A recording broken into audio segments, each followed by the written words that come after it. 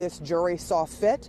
We learned a lot of things in this trial that we should sort of go over, and I was just kind of reviewing some of the things that we learned in the trial that were not necessarily public knowledge before that. One, there has been a lot of talk, especially by politicians, about where Rittenhouse was the night of this shooting, and it turned out he was already in Kenosha, that he had family here, including his father, that the gun was here in Kenosha. He did not bring that over state lines. It turned out during this trial that we learned that the gun that he had a hold of, he actually could legally possess, according to the judge and according to the law here, because of the measurements of the gun. Had it been shorter and a short-barreled gun, then it would have been illegal, but because it wasn't, the judge said that that needed to be thrown out, and indeed, that charge of a minor in possession of a gun illegally was thrown out in this case. The jury only looking at those who were injured, those who were endangered, and those who were killed the night in August that Rittenhouse ended up shooting people.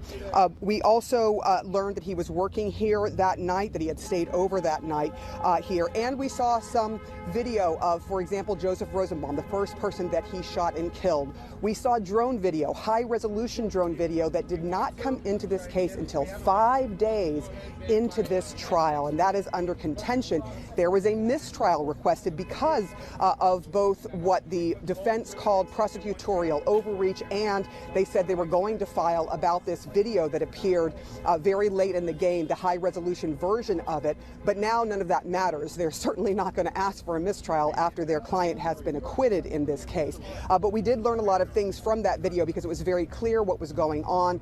There was a video of Rosenbaum chasing after Kyle Rittenhouse during this time when he had his gun, and at one point Rittenhouse levels his gun at Rosenbaum. Rosenbaum continues towards him, and as he gets close to Kyle Rittenhouse fires his gun several times. We learned also in the trial that he was hit 4 times, and obviously this is a AR-style rifle that has the capability of firing very quickly.